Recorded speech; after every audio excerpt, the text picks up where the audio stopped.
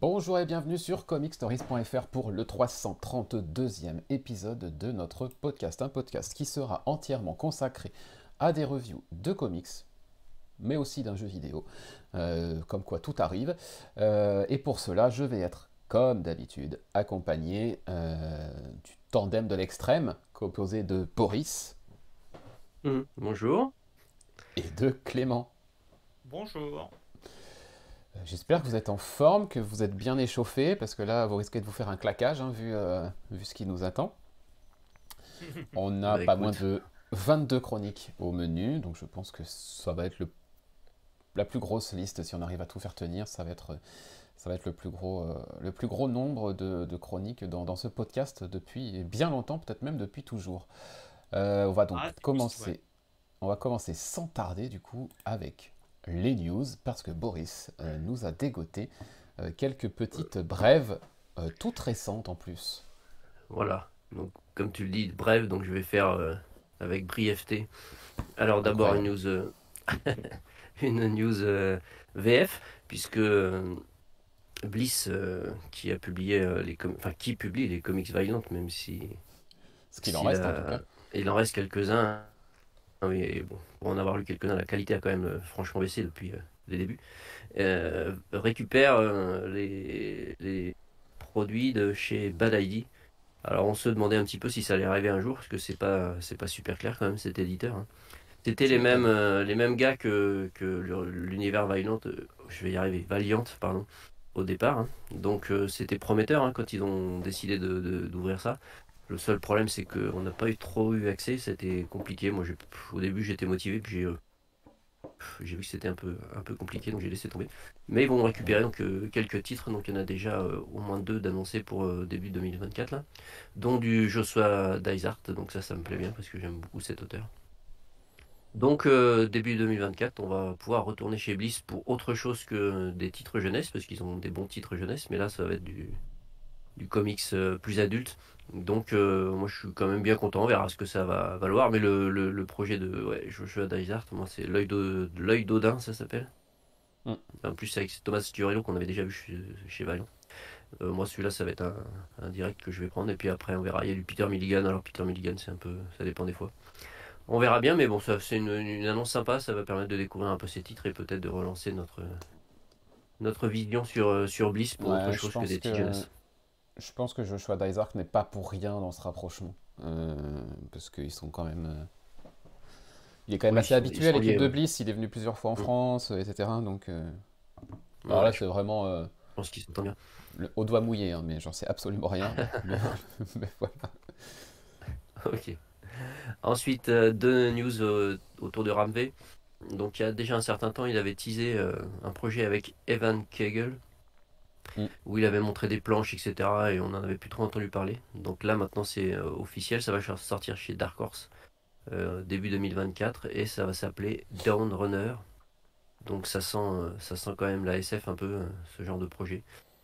Donc c'est une première mini-série de Ramvé, et deuxième projet en lien avec Dan Waters. Donc Dan Waters, c'est Homesick Pilot notamment, et puis il travaille chez DC aussi en ce moment. Donc ils vont proposer chacun 2 mini-séries dans un même univers. Alors l'univers va s'appeler Neo Novea. C'est dans le cadre d'un groupement d'artistes qui s'appelle White Noise Studio, où ils travaillent tous les deux, et donc ils vont proposer deux mini-séries, The One Hand et The Six Fingers.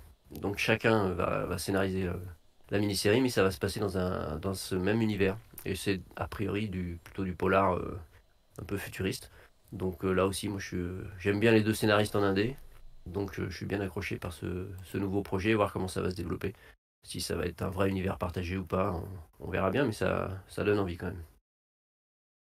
Et puis dernier, alors on est peut-être moins impacté, quoique, c'est l'arrivée du format nomade aux US, puisque comme pour le format anthologie, qu'avait proposé Urban il y a quelques années et qui avait été repris par DC. Bah, DC reprend les bonnes idées, donc ils vont reprendre l'idée des Urban Nomades avec leur collection. Donc ce format va débarquer aux États-Unis. Alors nous, on n'est pas forcément concernés, mais peut-être qu'on va pouvoir avoir des titres en nomade qui sont pas sortis du tout chez nous. C'est possible. Donc ça permettra peut-être de découvrir quelques trucs qui n'existent pas en VF. Alors le Voilà. format n'est pas Voilà pour tout à les. fait le même en termes de taille, il y a 1 ou 2 centimètres, je crois, d'écart. Euh, donc ça ne sera pas forcément parfait à côté des nomades français, mais ça fera le taf. Mais ouais, il y a des titres qu'on n'a pas vus chez nous dans ce format-là encore, donc ça va être tentant, je pense, pour certains Ouais. qui suivent DC en nomade, en DC, ouais, via Urban Nomad, et notamment Vertigo, de se lancer dans certains récits qu'Urban ne propose pas dans ce format encore, tout en sachant que c'est un peu une prise de risque parce que peut-être que ça arrivera dans une vague prochaine. Voilà, ça va être assez. Moi, par exemple, il y a American Vampire qui me fait de l'œil dans ce format. Ouais. Ah oui, complètement. Puis Mais... Il y a Far Sector aussi, je Mm, crois. mm. Ouais. Ça, tu Donc, pourras lire ma chronique. J'ai pas trop accroché. Je te dis. C'est très beau. c'est déjà Bah, bien. c'est un C'est peu déjà mal nébuleux. Campbell. C'est Ouais, c'est Jamal comme ouais, non, c'est super beau, mais j'ai pas trop accroché à l'intrigue moi. Ouais, ouais, ouais. Mais je Non, sais mais qu'il y a des gens qui ont adoré, donc il y a vraiment des titres intéressants. Puis c'est comme quoi, je crois, c'est 10 euros, non? 10 Ouais, c'est dollars, ça. pardon. Ouais, c'est ça. Donc, ouais, ouais, ça comme va être. comme t'as pas de Ça peut goût, être tu un bon devrais aimer. complément. Allez, De quoi? bim. Je dis, je dis comme t'as pas de goût, tu devrais aimer. Oh la vache, la balle. Oh la Ah, balle perdue. Ouais, je mais suis encore en forme, j'en profite. Après ça va c'est être bien, c'est compliqué bien. peut-être. C'est le dernier sursaut de la bête. Voilà. On va commencer du coup avec celui qui vient de se faire sniper en direct. Clément, tu vas nous parler d'un jeu vidéo. Donc Ouais. c'est-à-dire que pour Boris et moi, ça va être une longue traversée du désert. C'est quelques instants durant lesquels tu Oh, vas parler de Spider-Man. je vais aller faire un tour, moi. Mais euh, apparemment, c'est quand même un super jeu, donc tu as bien le droit de t'en parler, de Ouais. t'extasier dessus quelques instants, va. Ouais. Ouais, ouais, ouais. Je vais pas. Alors, je voulais en parler, mais pas. Alors, évidemment, oui, c'est un excellent jeu. J'ai poncé le jeu en à peine 2 semaines. Enfin, il est génial en termes de gameplay et autres. Mais je voulais pas parler en fait du jeu par rapport au gameplay. Mais parce que tu peux pas avoir un bon jeu Spider-Man si derrière tu n'as pas un bon scénario, un bon traitement des personnages.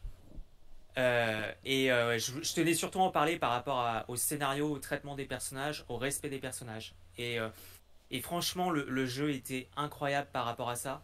Parce que déjà, c'est pas une surprise, mais le jeu est articulé autour de Spider-Man et de Spider-Man Miles Morales. Donc on a une interaction constante entre c'est Peter Parker et Miles Morales et que c'est bien fait. Que c'est bien fait. C'est vraiment génial. Et on a surtout une utilisation, bah voilà, on a aussi le panel des bad guys. Et en l'occurrence, et là encore, c'est pas une surprise, les deux bad guys qui articulent ce nouvel opus, c'est Kraven et Venom. Et alors, concernant Kraven, mais il était incroyable en termes de prestance, en termes de charisme. Enfin, vraiment, ça envoyait du lourd. Et pareil sur Venom, un Venom qui envoyait, qui était bien badass, tu peux incarner à un moment donné. Et que voilà, enfin, c'est Venom quoi. Et outre ça, il y a l'histoire en général, tu sens, et c'est pourquoi je voulais en parler, un véritable respect, je dirais même un amour de l'univers de Spider-Man. Parce que quand j'ai joué au jeu et que tu voyais l'histoire se défiler, j'ai pas pu m'empêcher aussi forcément de faire la comparaison par rapport au traitement des personnages qu'on a pu avoir au cinéma. Et c'est vraiment à des années-lumière. Et voilà ce que ça donne. Voilà ce que ça donne quand on a un respect des personnages et de l'univers. Ça donne un scénario qui tient, ça donne des interactions de personnages qui sont géniales, ça donne des scènes. Alors, le jeu est très inspiré hein, en termes de mise en scène sur le cinéma. Mais ça donne vraiment une histoire palpitante et vraiment un respect. Alors, évidemment, adapté hein, par rapport à l'univers du jeu. Mais voilà, ça a été un kiff monumental d'avoir le sentiment qu'on respecte le personnage, qu'on respecte l'univers. Et aussi, et je tenais aussi à en parler, le jeu n'aurait pas été la même, en tout cas pour les Français, sans le doublage. Parce que pour le coup, le doublage fait beaucoup.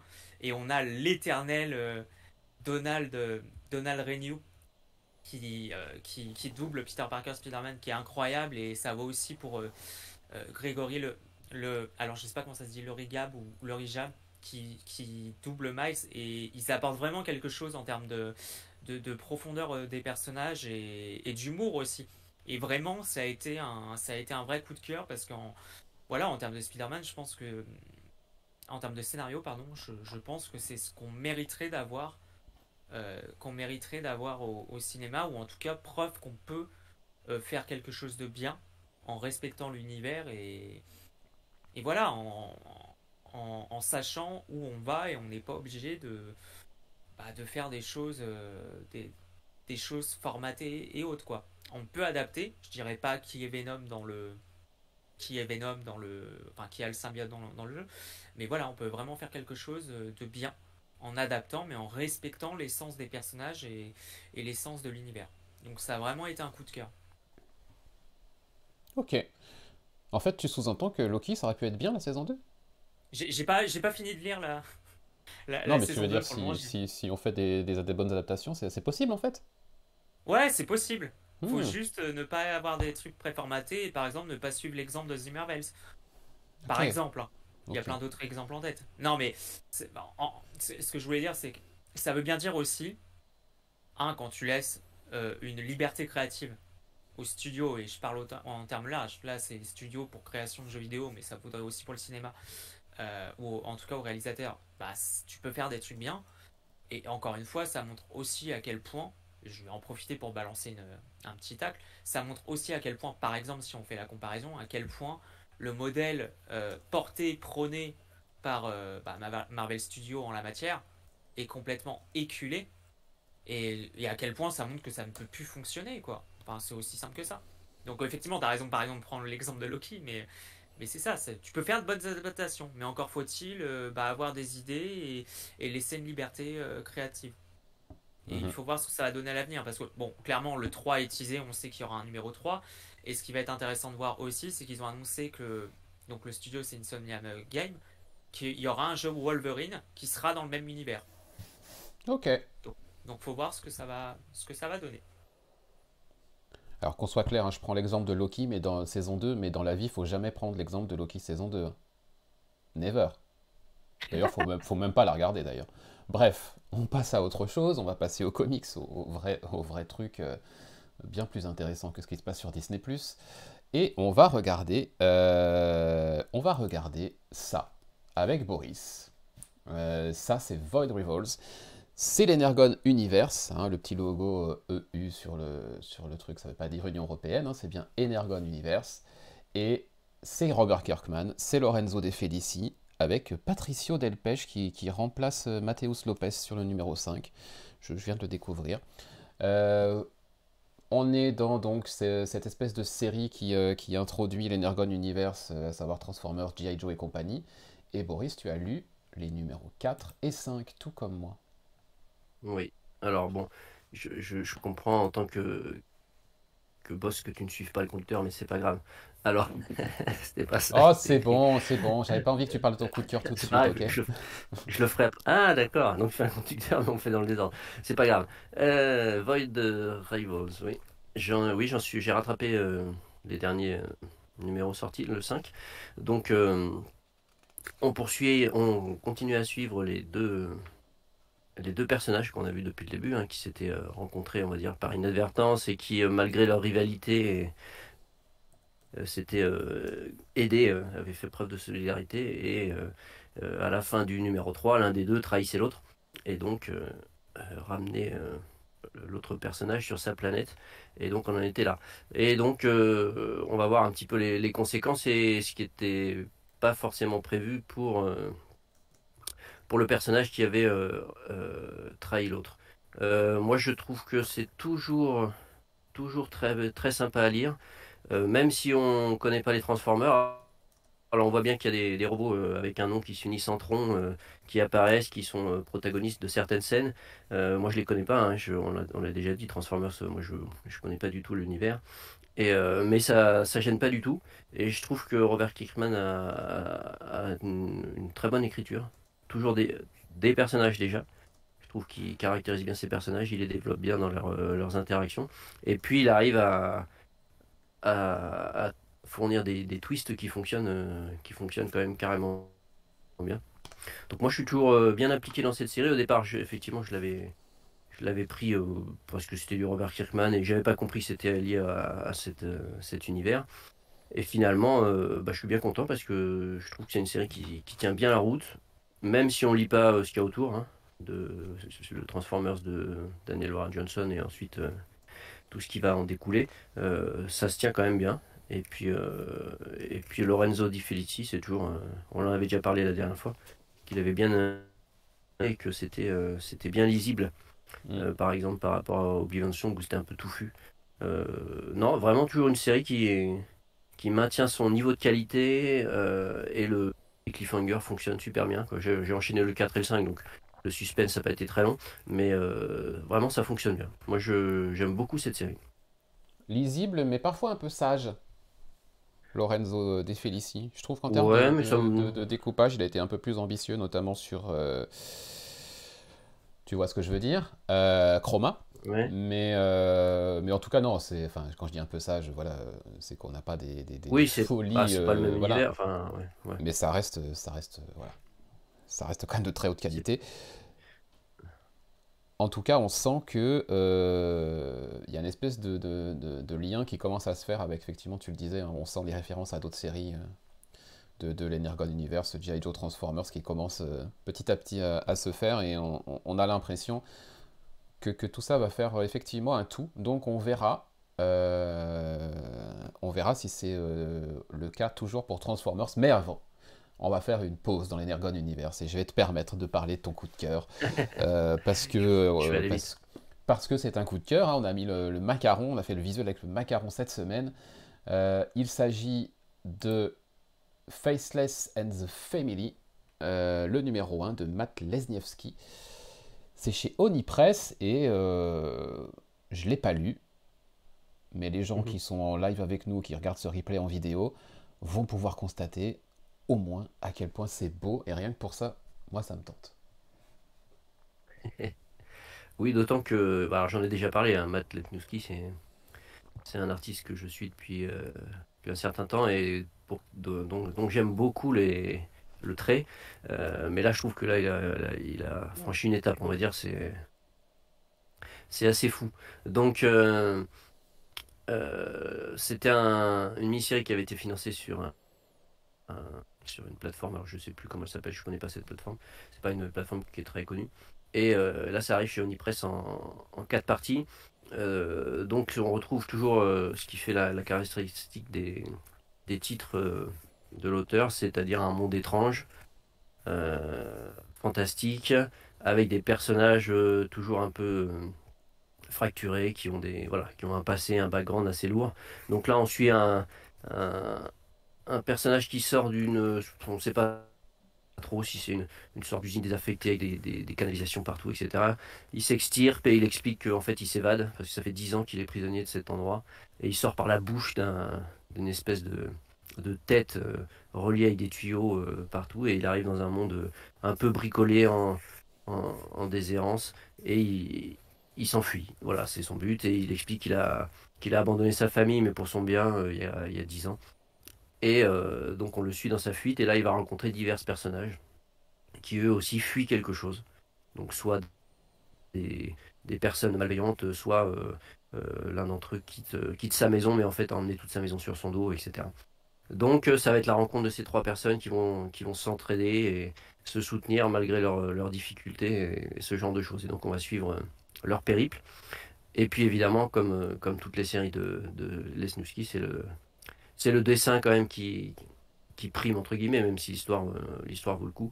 C'est le dessin qui épate, hein. Si là, Mathieu, tu montes des visuels, c'est assez C'est fou. bluffant. Et là, il C'est travaille en noir beaucoup et sur les blanc? formes, le mouvement. Ah oui, c'est en noir et blanc. C'est en noir et blanc, ok. D'accord. Ouais, ouais. Et franchement, on peut passer plusieurs minutes devant une planche pour y détecter tous les détails, tous les petits clins d'œil, etc. C'est franchement, euh, Hmm. c'est franchement super. Moi, j'ai fait une chronique écrite, vous pouvez jeter un œil. J'ai Ouais, évidemment mis un 10 sur 10. Mais évidemment. Donc on verra pour la suite. Là, c'est un épisode double, puisque au départ c'était en 5 et ils ont regroupé le 1 et le 2 pour la première issue. Mais franchement, ouais, non, moi j'adore. Et je vous encourage à découvrir. Alors j'ai chroniqué déjà tout ce qu'il a fait. Il a fait 2 autres titres solo et un titre où il était que dessinateur scénarisé par Matt Kindt. Donc vous pouvez jeter un œil sur le site. Moi c'est vraiment un artiste. On parlait l'autre fois lors du podcast sur Daniel Warren Johnson, hein, on l'avait dit. Les artistes pour qui on précommande les yeux fermés, bah moi il en fait partie. Et là je suis pas déçu une nouvelle fois. Donc j'ai hâte de voir la suite de ce récit. Et on parlait de Daniel Warren Johnson, et revoilà l'Energon Universe, et revoilà Daniel Warren Johnson. Transformers numéro 1, ouais, c'est incroyable. Transformers numéro 1, on en a parlé dans le spécial Darren Warren Johnson avec toi, Boris, il y a quoi? Il y a 2 semaines à peu près, hein, il est dispo en replay, vous pouvez l'écouter si ce n'est pas déjà fait. Par contre, petite alerte, si vous l'écoutez, vous risquez d'avoir envie de gonfler votre liste d'achat de manière dangereuse. Maintenant, vous êtes prévenus. Transformers, le numéro 1, on laissera peut-être Clément en dire quelques mots juste après. On va se pencher un peu sur le numéro 2. Tu l'as lu, toi, le 2, Boris? Non, je l'ai pas reçu encore. Tu ne l'as pas reçu. Donc, le 2 s'ouvre sur Optimus Prime qui découvre la Terre, qui découvre l'extérieur. Puisqu'il était, rappelez-vous, hein, dans le numéro 1, on les a rencontrés dans un espèce de vaisseau à moitié détruit, découvert par Spikey et par, j'ai oublié le nom de la jeune fille, mais voilà, de jeunes humains. Et ben là, Optimus Prime sort et découvre la beauté de la nature, la beauté du monde. Et il y a une scène absolument dégueulasse qui démarque, dès la première page, voilà, qui donne le ton. Optimus Prime, il est très très grand. Et donc, quand Optimus Prime croise une petite biche, c'est comme si nous, on croisait une fourmi. Voilà. J'adore. J'ai trouvé ça. Ça met tout de suite en contexte. Et ça. C'est génie. C'est très drôle, malgré tout, même si pauvre petite bête. Mais surtout, ça nous permet d'avoir un vrai pan de la personnalité de Prime, d'Optimus. Ouais. De voir toute la compassion qu'il a, toute l'admiration et l'émotion qu'il a en découvrant ce monde qui s'ouvre à lui, qui est complètement naturel et organique, alors que lui vient d'une planète toute métallique, il l'explique à Spikey. Il y a un vrai échange sympathique entre eux, et on voit qu'il y a vraiment une vraie connexion qui se crée entre ces deux personnages, et c'est assez chouette à voir. En gros, Darren Warren Johnson fait du Daniel Warren Johnson, c'est assez spectaculaire, il y a des scènes très dynamiques, beaucoup d'action, plus que dans le premier encore. Mais voilà, il y a ces moments de connexion entre les personnages, notamment cette scène d'ouverture entre Spike et Prime. Voilà, il y a plein de petits moments comme ça. Il y a du teasing, beaucoup. Et puis, il y a du teasing notamment avec d'autres séries de l'Energon Universe et des références directes qui sont faites, même des apparitions, des caméos qui sont faits. Qui, moi, renforce l'idée que effectivement tout ça va être un univers assez global et que il y aura une vraie récompense à tout suivre. Et donc ça m'a conforté dans le choix que j'avais fait de précommander Duke et Cobra Commando de Joshua Williamson, parce que voilà, on sent qu'il y a vraiment quelque chose qui va se passer, une espèce de synergie entre toutes ces séries, et c'est hyper motivant. Donc j'ai beaucoup aimé, voilà. Il n'y a rien de mieux à dire que ça, j'ai beaucoup aimé. Puis graphiquement, évidemment, c'est beau, quoi. Clément, toi, tu avais lu le numéro 1, tu avais partagé notre petit coup de cœur qu'on avait eu avec Boris? Non, pas du tout. Non, je déconne. Évidemment, au revoir Clément, évidemment. Bonne soirée. non, évidemment, non, j'ai adoré. Et je rejoins par rapport à ce que tu dis sur ton ressenti numéro 2, parce que j'ai vu ce ressenti-là. Très bien, c'est superbement écrit. Bon, Daniel Warren Johnson, c'est super beau aussi. J'ai trouvé les planches très dynamiques. Et j'étais étonné, je me suis fait la réflexion en lisant, mais en fait, c'est des planches hyper dynamiques. Et quasiment, je dirais, cinématographiques. Hein. Par moment, ouais. Franchement, par moments cinématographiques. Alors, moi, j'ai aimé en plus parce que, bon, quand j'étais plus jeune, je me respectais pas trop. Alors, certains diront que je me respecte toujours pas à aller voir, à avoir hein, j'anticipe forcément ce que vous allez dire, mais j'avais vu par le passé, je crois, les deux, trois premiers films Transformers. Donc c'est vrai qu'il y a eu des choses, des noms et tout ça qui m'ont parlé parce que j'avais vu ces films-là. Euh, donc j'étais pas trop en terrain tellement inconnu et du coup c'était assez rigolo. Ah oui, c'est vrai, ça me rappelle quelque chose. Mais outre ça, le premier numéro pose les choses. Et j'ai surtout, et ça m'a marqué dès le départ, je me suis dit, bordel, le Daniel Warren Johnson, il est fort parce que dès les premiers numéros, il caractérise Ouais. les différents... ah, mais j'ai un bug. Entre Optimus Prime et puis les... Ah mince, les méchants. Les Je parle... Decepticons. Les Decepticons. Et il les caractérise déjà. Et je pense notamment à la dernière page du numéro 1. Je me suis dit, Mm, ah ouais, quand même, ça pose les bases, quoi. mm. Ça pose les bases. Et super intéressant parce que, ouais, d'emblée, tu vois que tu vas avoir des caractérisations différentes et ça promet des interactions qui seront sans doute super intéressantes. Et c'est un premier numéro qui est hyper efficace, hein. Et effectivement, moi, ça m'a donné envie de continuer. Et on en parlait en off, mais je suis en pleine interrogation si je vais pas du coup précommander le Duke et le Cobra, voire à essayer de voir pour attraper Void Rivals. En grande interrogation, mais c'est hyper efficace et effectivement c'est De toute génial. Et façon, tu as lu le numéro 2 de non, Transformers. non, pas Ah, encore. Je l'ai ok. pas reçu encore. Bon. Bon, bah la couverture, voilà. Elle veut Oui, dire des choses. Bref. Tu verras, et je pense qu'après ça, tu seras convaincu. En plus, il y a une petite preview de Duke à la fin du numéro 2. d'accord. Pourquoi pas? Franchement, pourquoi pas? Et bah très bien. Du coup, on est tous emballés par tout ça.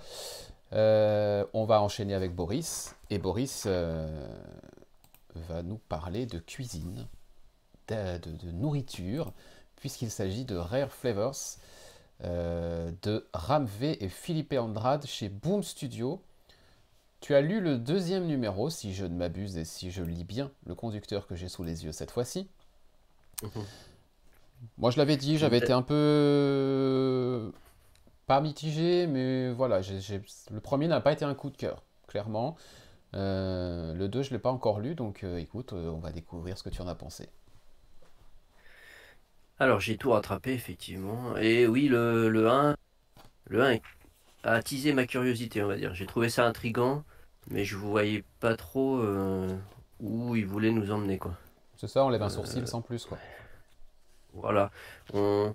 Alors, euh, parce enfin, ce que je comprenais pas trop, c'était, voilà, il parlait à la fois de nourriture, il y avait des recettes de plats, etc., qui étaient un peu décrits. Euh, il y avait ce personnage qui est un démon, en fait. Enfin voilà, Mhm. il y avait des choses, plein de choses qui étaient un peu teasées, mais qui n'étaient pas vraiment développées pour l'instant. Alors bon, c'était un numéro 1, ok, mais voilà, il y avait un petit goût de... Bah, on sait pas trop où on va, quoi. Mm. Après, sur le premier numéro, au niveau du dessin, c'est vrai qu'on a toujours la référence avec les Star, donc on se disait, bon, peut-être que le trait de Felipe Andrade est un peu moins adapté à cet univers, à ce dessin-là. Et finalement, avec le deuxième, je trouve que ça fonctionne bien. Il y a une vraie ambiance en fait, hein. Donc le deuxième, bah, on continue, enfin on continue. On suit désormais ce personnage avec le jeune qui doit faire un documentaire sur lui. Donc on sait pas trop, c'est pas super clair quoi, mais et on continue à explorer un petit peu cet univers. Il est toujours poursuivi par deux êtres étranges et inquiétants, on va dire.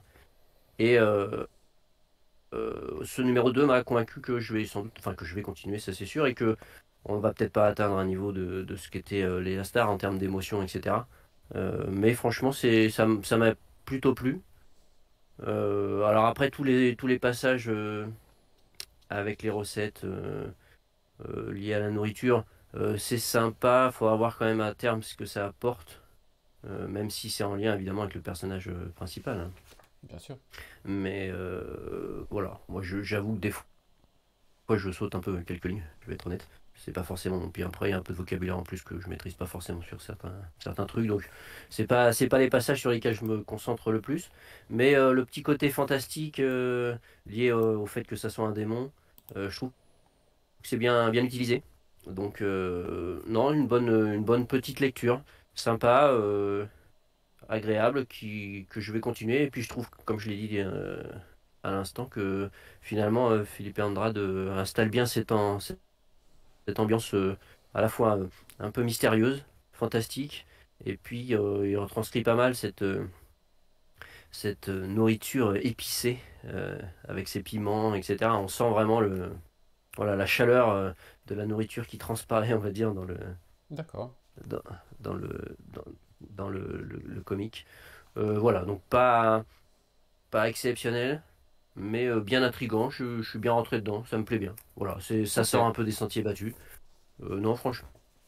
Moi, voilà, pour l'instant, je sais pas du tout un coup de cœur, mais je suis bien dedans. J'ai envie de voir où est-ce qu'il va nous emmener. Ça m'intrigue. D'accord. Eh ben écoute, On à verra. suivre Voilà. aussi, je dirais le C'est en, numéro 2. c'est en 6, hein, je crois, donc on en est à 2. Bon, on verra. Je pense que ça, je sais pas, j'ai cru comprendre que ça allait sans doute arriver en VF ensuite, donc, Il y a des chances, oui. Il bon, y a des on chances. verra. On verra bien. Mais non, plutôt plus convaincu, on va dire. Le deuxième m'a plus convaincu. J'ai trouvé que c'était plus, on comprenait un peu plus. Une fois qu'on a compris où ça va, il y a un petit côté vraiment mystérieux et un peu ironique du démon qui est sympa. D'accord. Pour citer Molière, j'ai envie de dire, mais que diable est-il allé faire dans cette galère? C'est la guerre à Gotham, et Clément n'a pas eu d'autre idée que d'aller lire ça. C'est ça. Batman Catwoman The Gotham War. Alors moi j'ai C'est flairé le ça. truc, je me suis dit jamais de la vie. Toi tu y allais quand même. Eh ben écoute, Ouais. vas-y, est-ce que j'ai tort? Non. Ah, ok. Non, t'as pas tort. Parce que j'ai lu quasiment tout d'une traite la fin de The Gotham War hier. Bon, après, je suis faible, c'est Batman. J'ai envie de voir quand même où est-ce que le père Zdarsky veut nous emmener, même si on sait tous, on est tous un peu. Enfin, soit vous avez arrêté parce que vous avez pas aimé, soit dubitatif. C'est fini là, ça Et y est, Gotham War? ouais, ça vient de se terminer. Ok, bon au moins Et je l'avantage c'est que cherche. ça va pas durer longtemps. Ouais, ça a duré peut-être. Je crois que ça a duré au Trop total longtemps. un mois et demi, je crois. Ok, ouais quand Euh, même. euh, ouais, quand même, comme tu dis. Sur pas beaucoup trop de numéros non plus. Heureusement, j'ai Mhm. envie de te dire. Non, alors déjà, quand j'ai fini le Gotham War, je me suis posé la question, mais où était la guerre, hein? Parce que Ah quand merde. tu lis The Gotham War, tu te dis, où est la guerre? Ça, c'est le premier problème. Et d'ailleurs, en lisant certaines reviews, par curiosité, je voulais voir par rapport à mon ressenti, je lisais certaines reviews et beaucoup s'accordent à dire que de toute façon, l'event en lui-même va être totalement oubliable. Ça, c'est le deuxième point. Le troisième point, et c'est pour ça que j'ai continué, parce que ça m'a intrigué quand même, c'est que Zdarsky va sur un terrain assez surprenant que certains, et je pense à juste titre à ce moment-là, même si j'arrive pas à me faire un avis pour être honnête encore, il va sur un terrain où on est quand même à la limite du out of character de Batman. En fait, il tire les conséquences de. On est toujours dans les conséquences de l'arc précédent de Failsafe, où Batman, en gros, là, dans la Gotham War, va franchir des limites, certaines limites. T'as parfois même l'impression que ça atterrit comme ça d'un cheveu sur la soupe, tu comprends pas pourquoi il le fait. Et on frôle vraiment le défaut de caractérisation à ce moment-là. Mais, et c'est pour ça que je suis très partagé, c'est qu'en fait j'ai l'impression que Zdarsky veut aller vers un terrain. J'ai l'impression qu'il veut aller jusqu'au bout sur. Alors certains diront ça a peut-être déjà été fait, très bien fait, voire mal fait, enfin bref.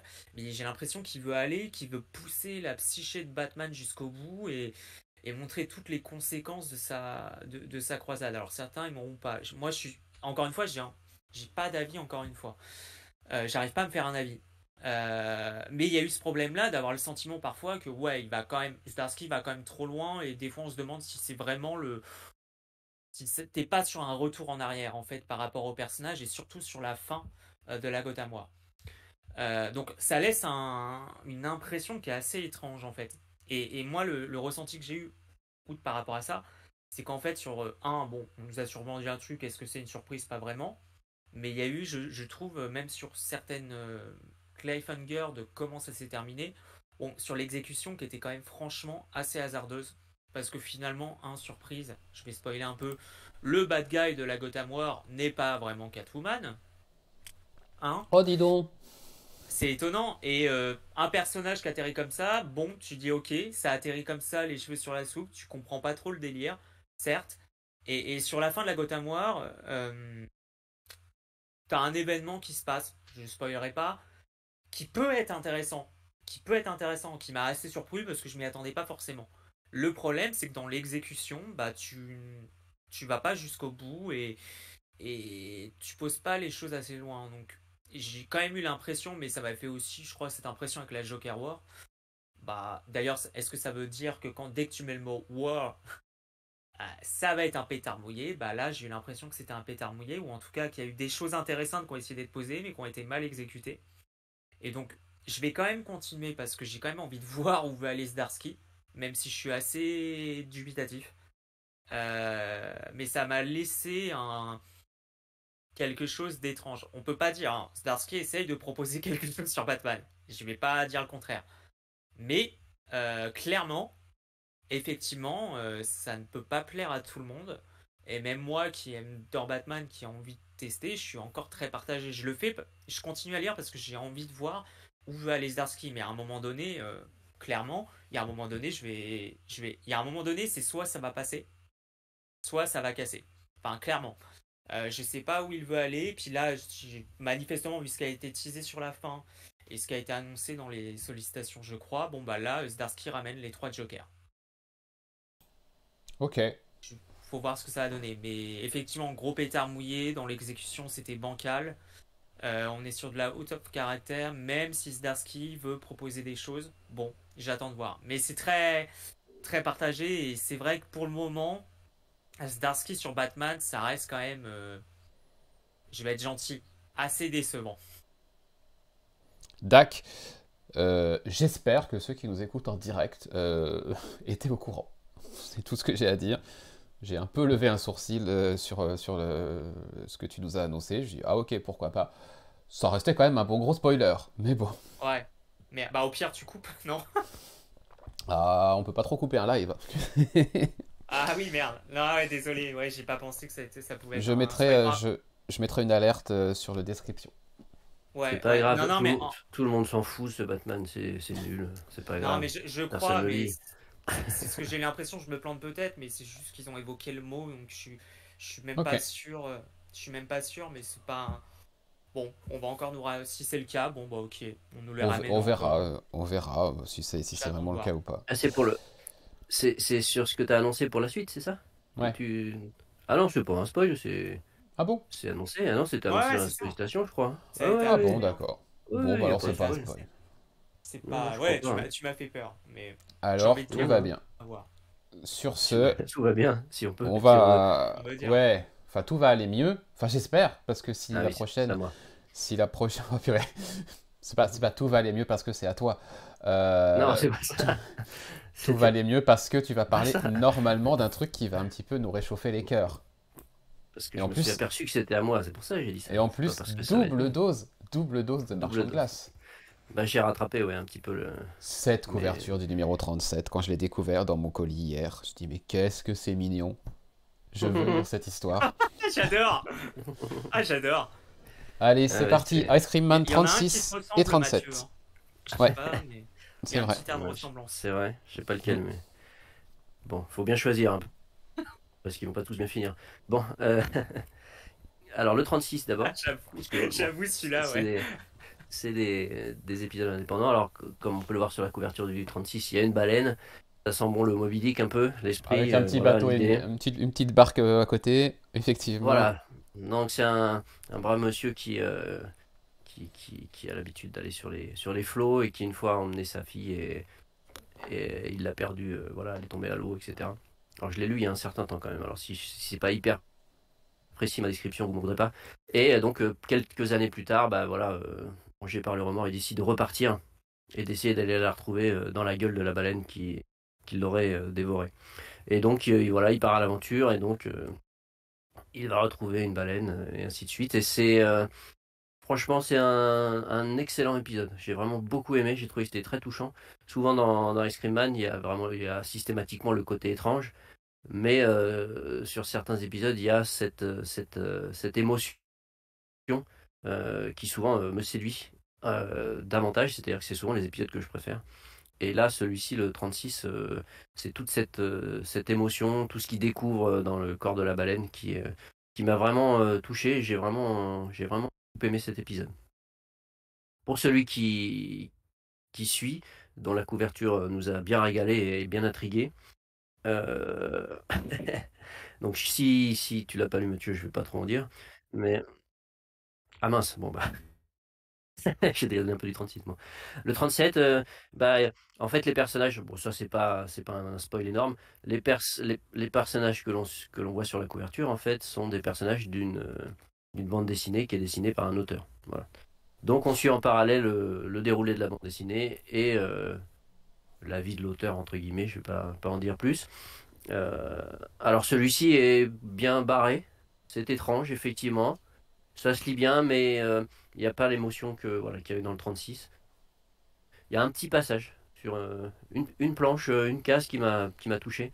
Et j'ai bon, voilà, ressenti un petit truc. Mais après, voilà, entre guillemets, ça se contente d'être barré et à la Maxwell Prince, quoi.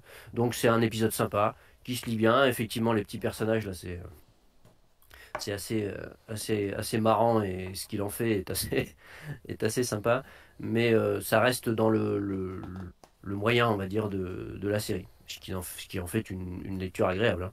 Il n'y a pas de souci. Mais c'est pas un des meilleurs épisodes. Donc voilà, un doublé, on va dire, dominé par le 36, qui me vraiment, moi, ouais, c'est c'est dans mon top 10, on va dire, de la série. Et le deuxième, qui est un épisode sympa. Ok, ok. Eh ben écoute, il me tarde d'aller découvrir tout ça.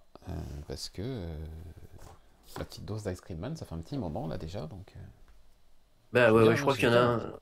J'ai un peu décroché par moment. Il y en avait un, je sais plus le page de texte là en prose. Alors ça, j'ai pas. Ouais, Celui-là, j'ai laissé tomber. Quand c'est en prose, en plus, Maxwell Plain, c'est pas toujours facile à lire. Et voilà, quand il y a des pages entières de texte, j'avoue que celui-là, je l'ai sauté. Je l'ai pas lu. Je sais plus combien c'était, mais donc bon. je Voilà, vais voilà. quant à moi juste dire un mot des productions Distillery. Distillery, c'est un nouveau label, un nouvel éditeur qui se lance dans le comics avec une espèce de casting all-star. Ils ont démarré il y a 1 ou 2 mois déjà, 2 mois je dirais, avec The Devil's Cut, qui a été une espèce de gros one-shot anthologique avec plein de petites histoires courtes qui étaient censées nous présenter un peu le casting all-star d'artistes qui faisaient partie de cette aventure distillerie à travers un one-shot assez conséquent, hein, qui fait 80-90 pages, je dirais comme ça à vue d'œil, où on retrouve voilà, des personnes comme Mirka Randolfo, Brian Azzarello, Tula Lotte, on a du Stéphanie Phillips, du Ramvé, Eduardo Risso, Scott Snyder, James Tynion Ford, Christian Ward, Joel Jones, enfin voilà, je ne vais pas toutes vous faire la liste, vous l'avez sous les yeux si vous nous voyez en vidéo. Il y a du très beau monde et il y a 11 histoires courtes à l'intérieur de cette anthologie. Euh, Comme beaucoup d'anthologies, il y a à boire et à manger, il y a assez peu de choses qui ont été des coups de cœur pour moi ou des trucs où je me suis dit ouais vraiment je veux lire la suite. Parce que voilà, il n'y a pas assez de matière pour moi pour que vraiment, voilà, j'aurais bien aimé qu'on développe un peu plus. Maintenant, tout ne mérite pas d'être développé non plus, mais voilà, ça a le mérite de présenter en tout cas le casting All-Star, y compris graphiquement. Il y a beaucoup de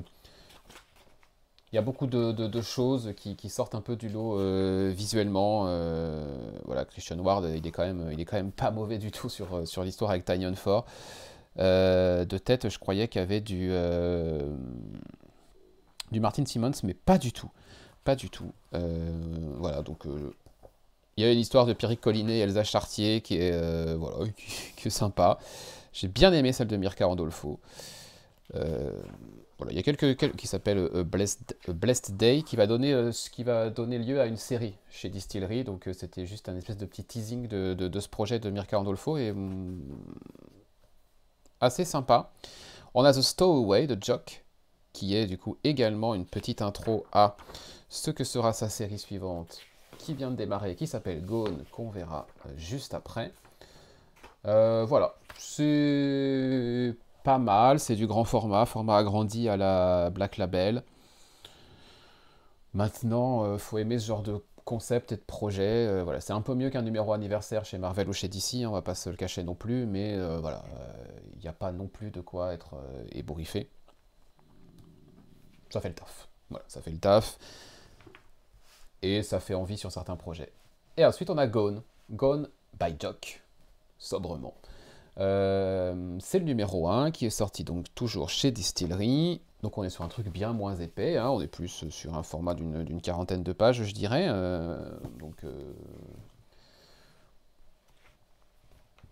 Le prix, on le sent un peu plus passer, parce qu'on est à 8,99 en dollars. Ouais, quand même. Là où la grosse anthologie, qui faisait pas loin du double en nombre de pages, était elle à 9,99. Ah ouais. Bref, Ah ouais. mais c'est du Jock, avec Lee Ridge pour les couleurs qui l'accompagnent. C'est du Jock, donc, bah au moins c'est beau. Au moins. Voilà, au moins c'est beau. Voilà, la page de titre est sublime. Il y a vraiment, il y a vraiment de belles idées. Il a fait de belles créations en termes de vaisseaux, en termes de design sur certains points. Voilà, il se fait un peu plaisir. Maintenant, on va pas se mentir, sur l'histoire, j'ai un peu l'impression d'être passé à côté.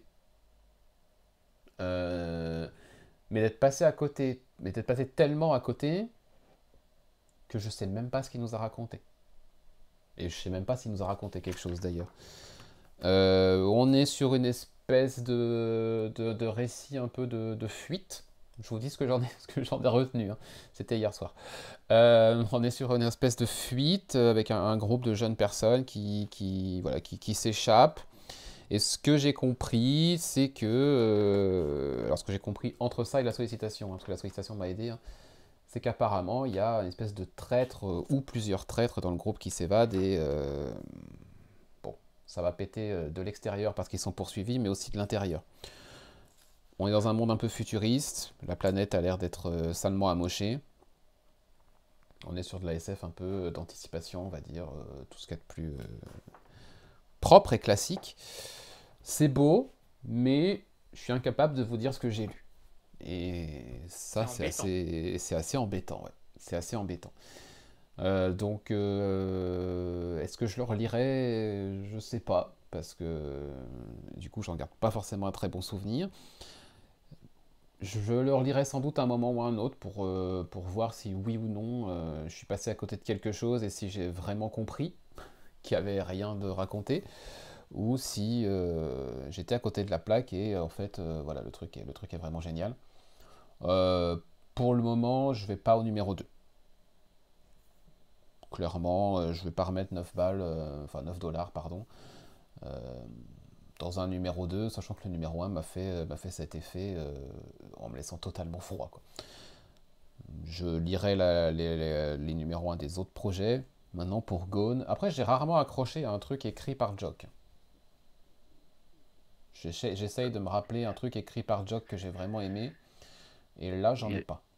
Il avait fait son Batman One Dark Knight qui est sorti chez Ouais, donc non plus. Urban. Oui, c'était basique, hein. C'était prétexte à faire des belles planches, quoi. Ok. Donc voilà, plutôt entre mitigé et déçu. Voilà, sur ce numéro 1. Si vous êtes fan de Jock, voilà. Sinon, je pense qu'il y a quand même bien mieux qui existe sur le marché indé en ce moment. Donc, bien mieux comme, par exemple, peut-être Swan Song.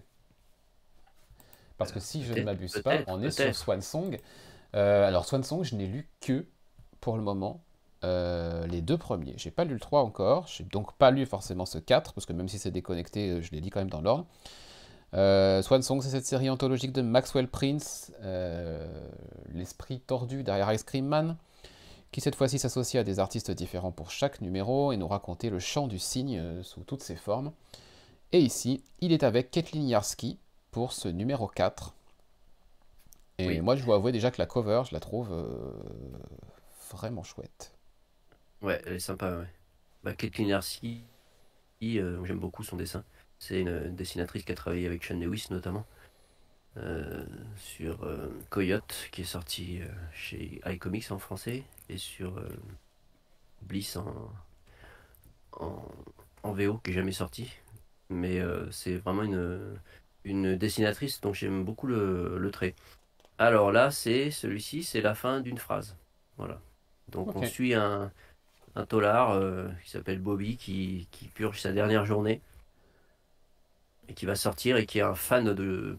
Alors, en anglais, ils appellent ça des lips. Moi, je sais pas exactement. En fait, c'est des phrases à trous, à Hmm. compléter. Voilà, donc voilà, c'est des jeux de mots, on va dire, hein. Voilà, il a des phrases. Il peut choisir un mot et compléter pour faire des phrases et ça donne, suivant le mot qu'on met, ça change le sens des phrases et du texte, quoi. Donc, c'est un fan de ce genre de jeu. Donc, il sort de prison avec un de ses livres qui lui a été offert par un maton qui s'entend bien pour fêter sa sortie, dirons-nous. Et il est accueilli par un de ses frères à la sortie. Et donc, ils vont rentrer à la maison et on va s'apercevoir qu'en fait, donc on comprend pourquoi il était en prison et que en fait, c'est une famille de gangsters et qui va être obligé de remettre les mains dans le cambouis malgré lui. Donc, et au fil de ce récit, il continue à compléter des jeux. Donc on voit les extraits de jeux où il complète en fonction de la situation qu'il vit. Il complète avec des mots selon son ressenti, selon ce qu'il perçoit. C'est une histoire sympatoche. C'est sympa, ça se lit bien, c'est agréable. Maintenant, c'est pas du niveau des deux premiers, clairement. D'accord. Le troisième, j'en avais parlé, m'avait un peu déçu. Moi, j'étais resté sur ma fin, je n'avais pas trop bien compris ce qu'il voulait raconter. Voilà, c'était le moins bon des trois. Et là, celui-là est un peu au-dessus du troisième, ouais, au-dessus du troisième, clairement. Mais ça vaut pas les deux premiers qui étaient vraiment touchants, à la fois étranges, mais voilà, avec de l'émotion, comme je l'ai dit tout à l'heure pour Clayman, c'est ce que j'aime chez Maxwell Prince. Là, il y a l'aspect un peu étrange, c'est un peu une forme un peu de polar léger, quoi. Et c'est bien écrit, voilà. Et puis il y a quand même un jeu sympa avec ces jeux de phrases à compléter. Maintenant, c'est pas un épisode exceptionnel, mais c'est une bonne lecture, sympatoche. J'ai bien aimé. Et puis le dessin est vraiment, moi j'aime beaucoup. Donc le dessin fonctionne très bien avec le ton de l'épisode. Euh, donc voilà, une bonne lecture qui, qui m'a fait passer un bon moment, mais on n'est pas au niveau des deux premiers, mais on est au-dessus du troisième, s'il fallait faire un classement, dirons-nous. D'accord. J'aime bien le jeu de mots intéressant sur sentence, parce que sentence, effectivement, c'est la phrase, mais c'est aussi la condamnation, enfin le Oui, verdict, la peine, comme nous le dit aussi Guidos oui, c'est fin de la pèse et dans fin de le la... Oui, chat. j'ai traduit ça par Voilà, phrase, donc effectivement. Oui. du coup, c'est assez intéressant, parce qu'effectivement, on a des phrases à trous pendant toute l'histoire, d'après ce que j'ai pu voir en feuilletant. Donc voilà, il y a ce petit jeu de mots là sur sentence, c'est assez cool. Euh, Effectivement, je ne l'ai pas relevé. on va enchaîner. Alors Clément a dû s'absenter quelques Ah, le temps, traître. je le traître, mais c'est pas grave parce que moi aussi j'ai lu ce dont il allait parler, c'est-à-dire Green Arrow numéro 4. Je l'ai lu et c'est toujours Joshua Williamson, c'est toujours Sean Isaacs pour les dessins. J'en ai déjà parlé sur cette même chaîne sur Twitch et donc dans mes débriefs de lecture. Green Arrow numéro 4 sera le dernier numéro de la série que je lirai, parce que bah, voilà, je vois pas où ça veut aller, ça me perd complètement, voilà, je n'accroche pas, c'est pas pour moi, c'est peut-être très bien, peut-être que je passerai à côté de quelque chose si je vais pas jusqu'au bout, et de toute façon j'irai pas jusqu'au bout, mais voilà, ça part trop dans tous les sens, il y a trop de trucs comme ça, voilà. Moi ça m'a un peu dépassé tout ça, et je suis d'autant plus déçu parce que j'avais beaucoup d'attentes sur cette série, notamment quand il était question d'avoir Green Lantern et Green Arrow dans la même série. Moi, ça m'a rappelé de grandes heures des personnages et bon, jusque-là, c'est pas ce que j'attendais, donc bah, c'est pas grave, je passe. Et puis, si vraiment ça devenait un chef-d'œuvre, eh ben, peut-être que je me rattraperai sur un relié. En tout cas, voilà, moi c'est ce que j'avais à dire de ce Green Arrow numéro 4. Je vais enchaîner sur un autre titre de Joshua Williamson, qui est Batman and Robin. J'ai lu le 1 et j'ai lu le 2 hier. Je vais essayer de le sortir de ma pile. Le voilà. Donc c'est toujours Joshua Williamson et cette fois-ci il est avec Simone Di Meo. Simone Di Meo, j'aime beaucoup ce qu'il fait sur les couvertures notamment. Après, je ne vais pas cacher que j'ai un peu plus de mal avec les intérieurs de Simone Di Meo, parce que mes yeux de personne âgée sont parfois assez peu habitués à ce genre de composition et à ce genre il y a un côté très, très, très numérique par moment qui, pour moi, pourrait gagner en lisibilité. Mais après, c'est sans doute juste mon ressenti. Est-ce que Batman and Robin, vous voyez par exemple cette planche-là, elle est superbe quand on la regarde comme ça. Mais dès qu'il s'agit de lire et de suivre une histoire, moi j'ai un peu plus de mal. Ce n'est que mon avis. Est-ce que c'est mieux que Green Arrow? Est-ce que ça au moins je vais le continuer? J'étais assez partagé après le numéro 1, je savais pas trop.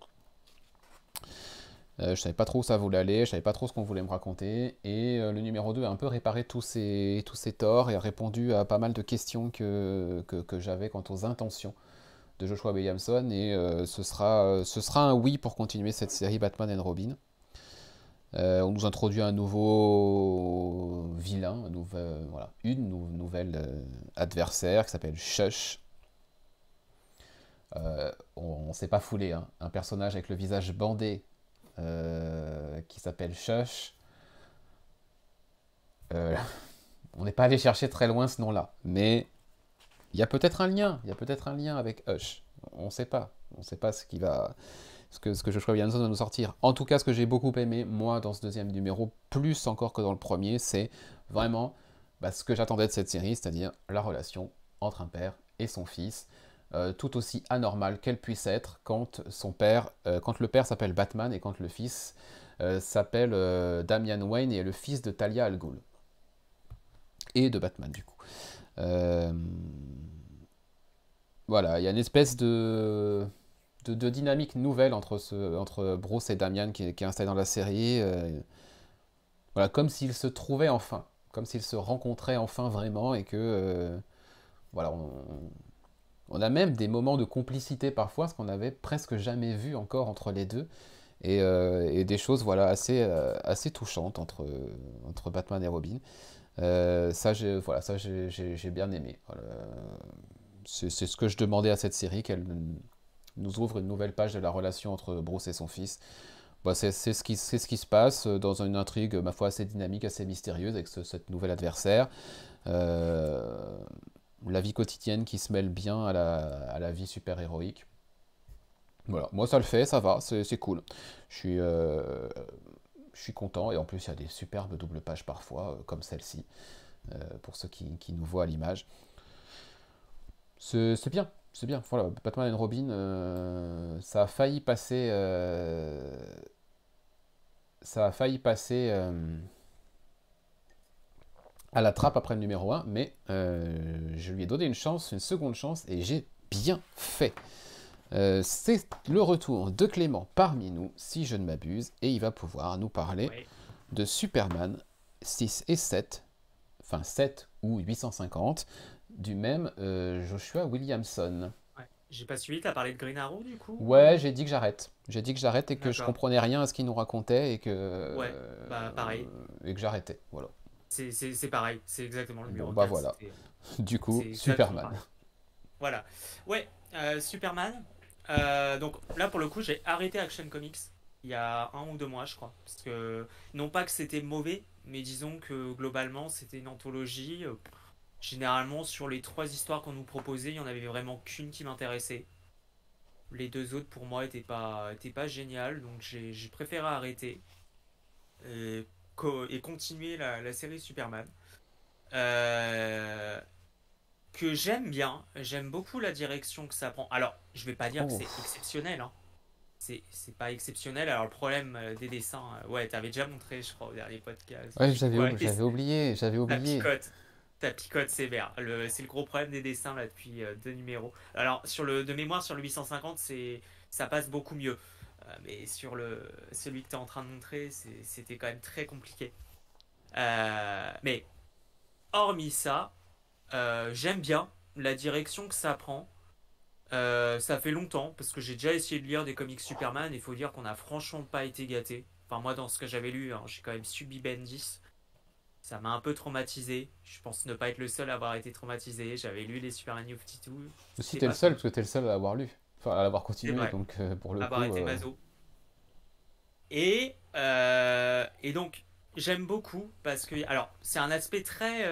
Mais après tout, moi, c'est pour le coup ce que j'attends, sans doute, peut-être, globalement, de Superman. Il y a un aspect blockbuster, je trouve. Euh, un aspect blockbuster, ou en tout cas, Williamson, je trouve, prend le temps de construire son histoire. Je crois qu'on en avait parlé, mais il avait installé un statu quo au début de la série que moi je trouvais Mhm. intéressant vis-à-vis de Lex Luthor.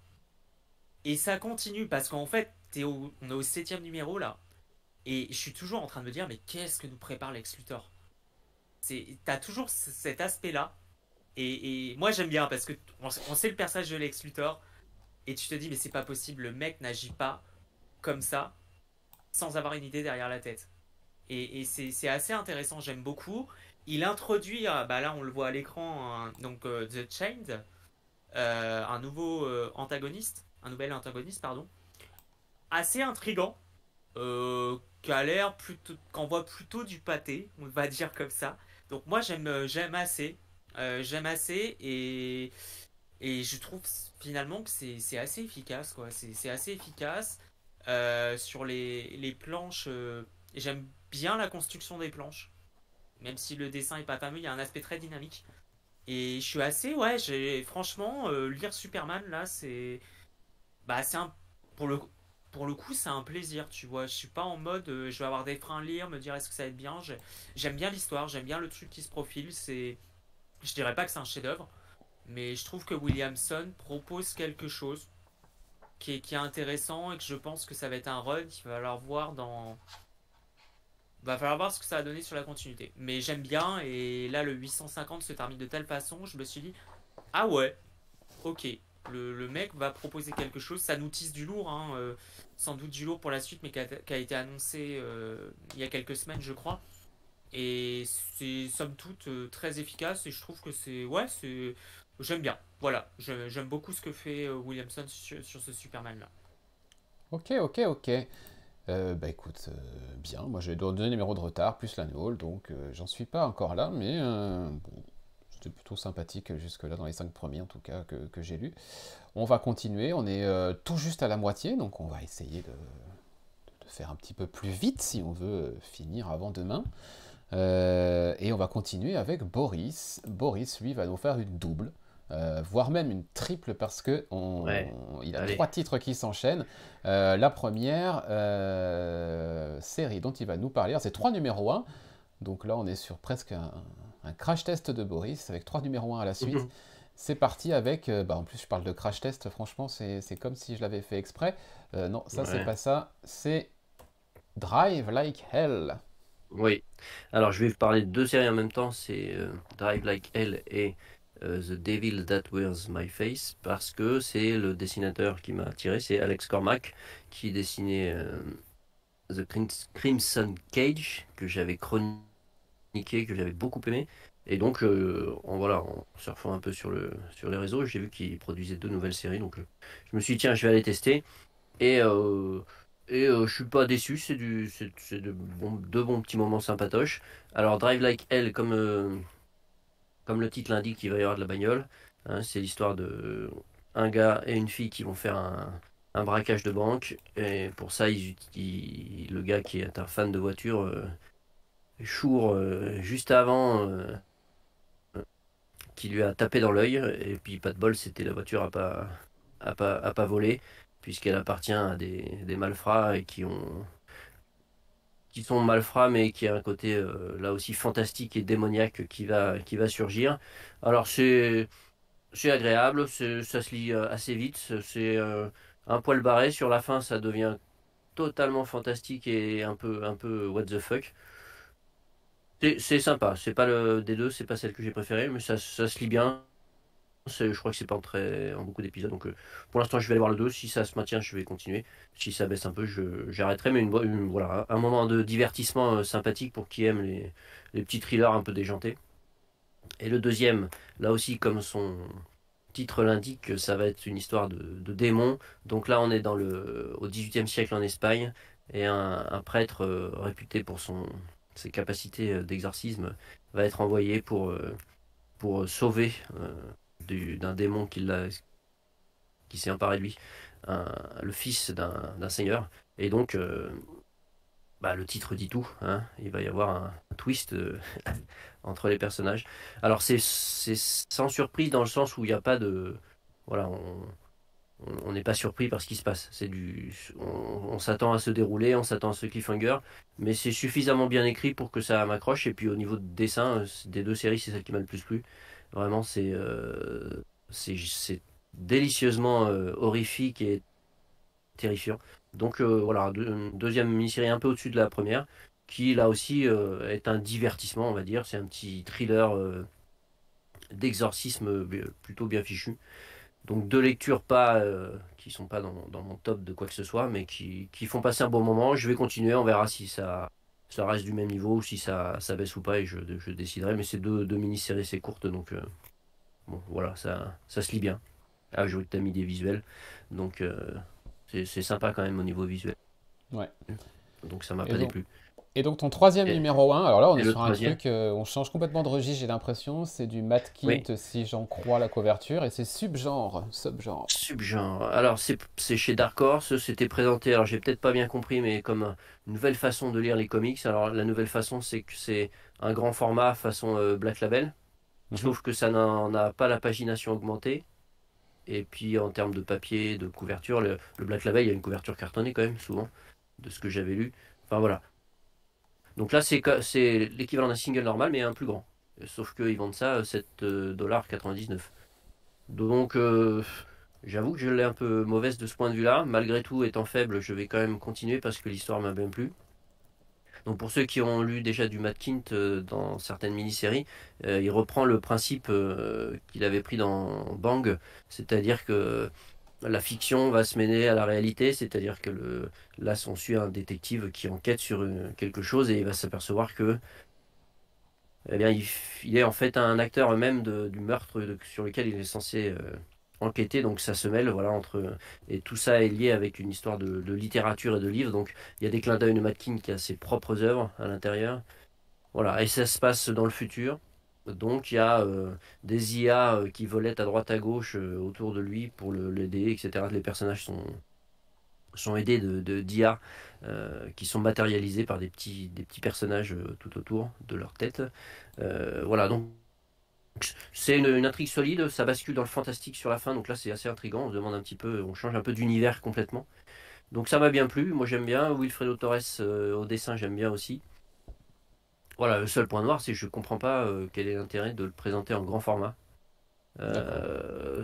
Vu qu'il n'y a pas de page en plus, voilà, ce serait Mm. un épisode comme les Black Label, je veux bien qu'il fasse ce prix-là.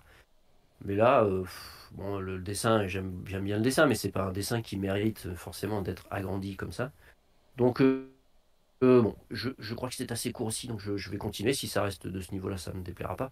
Mais je m'interroge sur voilà, la démarche éditoriale, quoi. Ok, bon. À suivre, à suivre. Et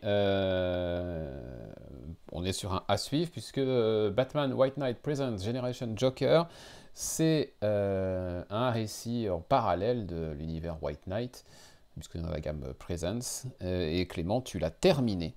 Oui, ouais, terminé.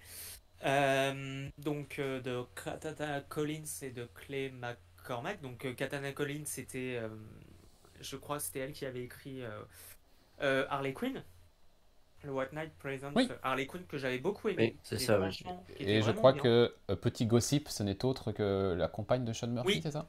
ouais, il me semble, ouais. C'est sa compagne et Oui, j'avais oui. beaucoup aimé le, le, le Harley Quinn. Euh, Concernant Génération Joker, c'est pas mauvais. C'est pas mauvais, c'est sympa à lire, j'adore les dessins. Ça a le mérite d'approfondir le personnage. Maintenant, honnêtement, je trouve que cette mini-série-là est totalement oubliable. C'est pas mauvais, mais franchement, bon, je me suis posé la question, qu'est-ce que ça apporte réellement de plus? Si ce n'est de se concentrer sur les enfants de Jack Napier, ça a le mérite. Mais voilà, ça m'a pas... J'ai pas trouvé ça super dingue. Hmm. C'est... Ouais, ce sentiment de tirer sur la corde. J'ai pas... Voilà, ça approfondit un peu, mais bon. je pense que ça aurait pu être dispensable. Même si, encore une fois, sincèrement, l'univers du White Knight, j'adore. Je trouve que c'est une superbe réinvention de Sean Murphy, qu'il propose quelque chose, que c'est un univers cohérent qui se tient, et que c'est vraiment, pour le coup, c'est très rafraîchissant. Euh, mais bon, voilà, c'est une petite déception. Ça apporte pas grand-chose. Ça nous tease, hein, ça tease clairement une suite, encore une fois. Alors, je dirais pas quoi, mais quelque chose. Manifestement, Murphy va avoir envie de se réapproprier un pendant qui a été teasé durant la fin de la troisième série White Knight et qui nous est teasé à la fin. Je dirais pas quoi. Donc, attendons de voir. Même si je crois que ça a été annoncé, que Murphy ne reviendrait pas avant plusieurs années sur la série White Knight, parce que là il va être sur, je crois, la série Zero qu'il a fait un crowdfunding. Mais effectivement, ça me laisse l'impression que c'est pour patienter avant un gros truc. Complètement. Clairement. Parce que scénaristiquement, en termes d'univers, en termes d'histoire, c'est sans doute dispensable, j'en sais rien, je ne l'ai pas lu, mais économiquement, ça ne l'est pas. Parce que entre deux projets White Knight main event, on va dire, principaux, il faut bien que la franchise continue à exister. Et du coup, on a trouvé cette astuce de faire White Knight Presents. Et du coup, on va faire un petit peu de remplissage pour parler poliment. Alors, c'est peut-être pas inintéressant, ce sera peut-être pas inintéressant à chaque fois, ni mauvais, loin de là. Mais en tout cas, il faut continuer à faire vivre la franchise. C'est pas mauvais, mais pour le coup, si tu prends les autres, donc il y avait eu White Knight, Harley Quinn, tu avais eu un numéro sur. Il y avait deux sur Redwood. Redwood, qui était très bien d'ailleurs, j'avais beaucoup aimé. Là, honnêtement, Génération de Joker, pour moi, est celle la plus dispensable. C'était pas mauvais, hein, mais voilà. Mais après, globalement, ça a le mérite de proposer un univers cohérent, et je trouve que c'est sans doute un des points forts. Et d'ailleurs, il le dit, j'avais lu sa lettre là, qui le fait à la fin. Murphy dit clairement qu'il s'attendait pas du tout à ce que ça prenne autant d'envergure depuis qu'il a commencé le White Knight en 2017. Donc voilà, c'est pas indispensable. Je suis pas sûr que ça soit, disons comme ça, je suis pas sûr que pour comprendre l'univers et ce que sans doute va nous proposer Murphy après, il faudra impérativement avoir lu Generation Joker. C'était beaucoup moins le cas pour Harley Quinn. Parce que pour le coup, pour comprendre le statu quo sur la troisième série White Knight, fallait avoir lu Harley Quinn qui avait vraiment un apport. Mais à mon avis, oui, je pense qu'Urban va sortir. Je pense que Urban sortira la Génération de Joker. Oui, Urban va le sortir parce que c'est comme chez DC. Un White Knight, on s'en passe pas éditorialement et économiquement. C'est ça. Donc voilà. On continue donc, et je vais continuer à accélérer la cadence avec Ultimate Invasion numéro 1 à 4. Ça y est, j'ai terminé la mini-série Ultimate Invasion, signé Jonathan Hickman et Brian Hitch. Et toc, Boris, oui, je peux lire un truc où il y a Brian Hitch sur la couverture. Alors là, on est sur la continuité Transpodcast. Ceux qui ont écouté le podcast sans nom, épisode 2, oui, je suis capable de lire du Brian Hitch quand c'est marqué sur la couverture. Mais alors... voilà, d'ailleurs j'ai des choses à dire sur Brian Hitch. Bref, le numéro 1 était assez fou, avec une petite surprise, un plot twist autour de Spider-Man de l'univers Ultimate que j'avais beaucoup apprécié. Le numéro 2, je l'avais lu aussi, j'en ai parlé, c'était ma foi pas mal et très dynamique. On va se concentrer surtout sur la conclusion, numéro 3 et 4. Pour dire que le père Hickman, il a levé le pied de l'accélérateur. Parce que ça allait tambour battant dans le premier et le deuxième numéro en termes de teasing, de possibilités d'intrigue pour la suite, etc. Là, on nous continue de nous introduire. Alors, il y en a du personnage, du catalogue de personnages, ça, il y en a, il n'y a pas de problème. On nous ramène beaucoup de versions de certains personnages, notamment... il y a quand même un truc très très intéressant autour de Reed Richards dans ce numéro-là. Je ne vous montre pas les intérieurs parce que si je vous ouvre n'importe quelle page, ça risque de vous spoiler sur ce qui se passe autour de Reed Richards de ce nouvel univers Ultimate. Pas le maker, le Reed Richards. que j'ai trouvé assez cool. Et si je vous montre le visuel, vous allez comprendre. Donc je vais pas le faire. Il y a ce personnage-là qui est caché. Voilà, on voit juste un petit morceau de son costume qui nous fait peut-être deviner, quand on le connaît bien, très bien, l'univers Marvel, qui il peut être. Ça m'a juste fait lever un sourcil. Je me suis dit, oh, bon. Je peux comprendre l'intérêt par rapport au maker, etc., de ressortir ce personnage, ce super vilain.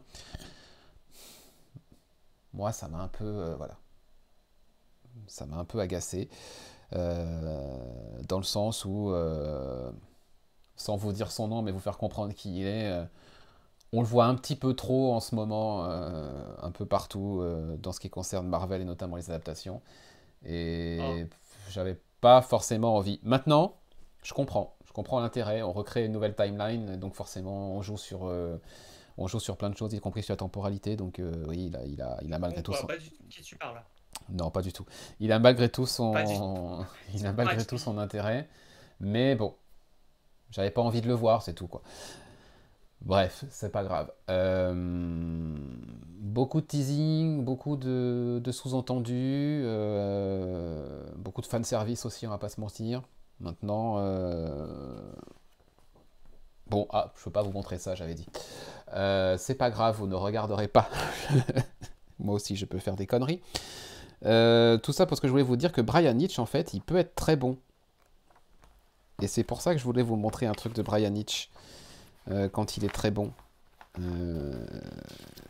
Alors je vous préviens, ça va être malheureusement un petit peu long. Voilà, Brian Hitch peut être très bon.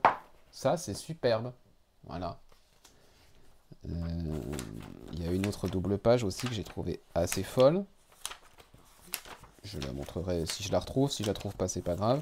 En tout cas, voilà. Ça, c'est superbe. Et Ah j'en ai tiré oui, la conclusion que effectivement. Brian Hitch, c'est très bon quand il n'y a pas de personnage sur l'image. Voilà.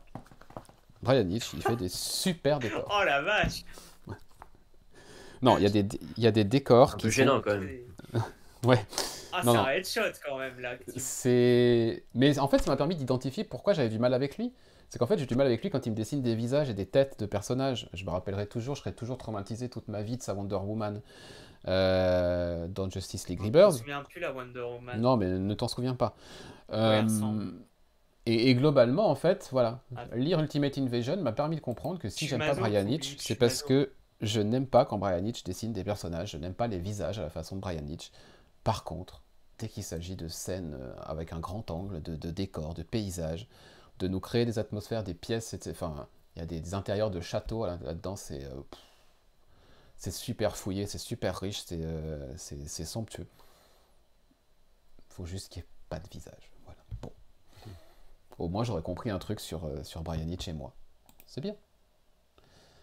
On va continuer avec Boris. Boris, lui, il va nous parler de Dracula dans la gamme Monsters chez Skybound avec James Tynion IV qui va nous servir une petite anthologie d'histoire de monstres. Il s'associe à Martin Simmons et il nous parle de Dracula. Et je ne l'ai pas lu, mais le moins que je puisse dire, puisque j'ai préparé des visuels, c'est que c'est incroyablement beau. Oui, et c'est le gros point fort de cette mini-série, en 4 parties je crois. Et c'est aussi pour ça que j'y étais. Hein. Donc effectivement, c'est dans le cadre d'un partenariat, on va dire, avec Universal et Skybound pour reprendre, en fait, pour adapter la version de, comment s'appelle-t-il, Todd Browning de classique de Bram Stoker.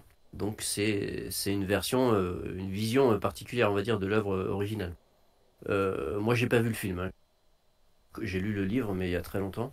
Et je connais pas le film, donc je me suis voilà, glissé dedans sans a priori, en me disant je vais me faire un trip graphique, horrifique, sympa.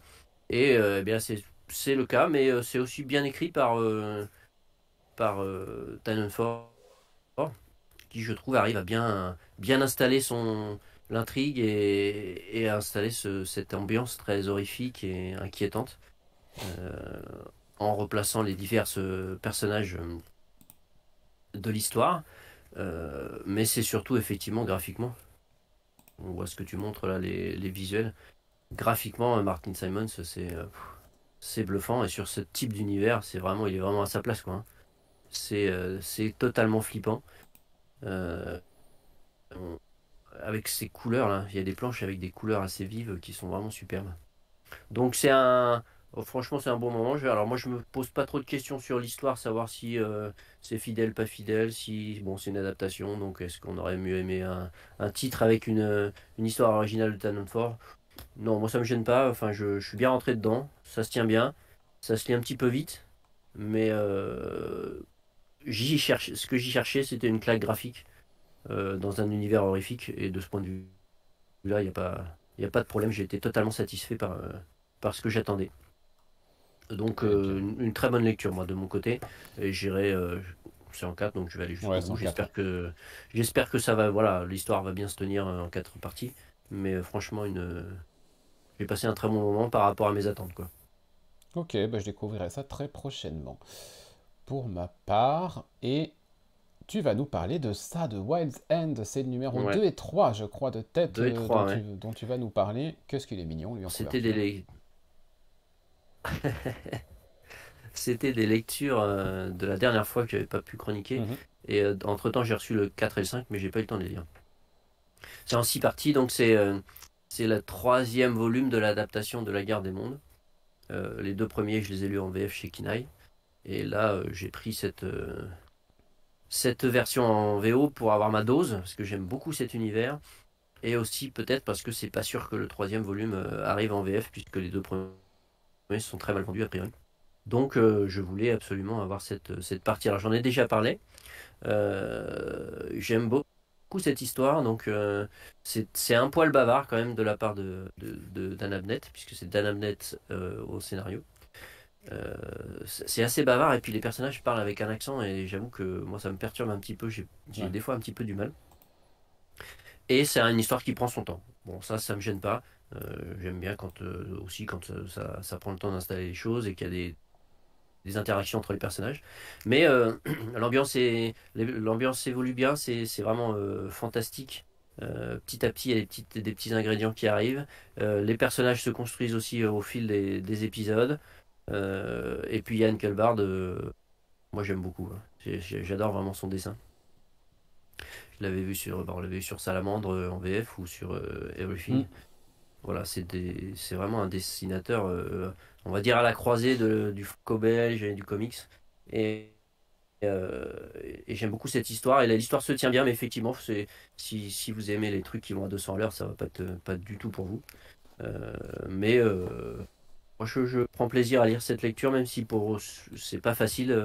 Voilà. Et des bulles de dialogue, des fois, j'ai un peu du mal avec cette histoire d'accent là. Et puis ça délaye un petit peu, quoi. C'est bavard, quoi. Mais une bonne Ok. série que j'ai plaisir à lire. Je parlerai des deux suivants la prochaine fois quand je les aurai lus. Là, j'ai pas eu le temps de rattraper, puis on approche de la fin, donc ça se trouve, je chroniquerai les trois derniers d'un coup. Ça Et je donnerai mon marche. avis définitif sur la bête. Ça marche. Allez, on enchaîne toujours avec Clément Fish Flies de Jeff Lemire. C'est Oui. le numéro 2. Je l'ai dans la main, mais je ne l'ai pas lu. Mais on va au moins pouvoir voir quelques images. C'est parti, Clément. Oui. Ouais, donc je pense qu'il n'y a pas eu un peu de retard par Non. rapport à Ah, on est en train de perdre qui aurait Clément au été. niveau Ouais. du son. Ouais, c'est Parce, bon. parce que je- non, je disais, j'ai l'impression qu'il y a un peu de retard parce que le numéro. Donc ça fait au moins 2 mois qu'il était sorti et.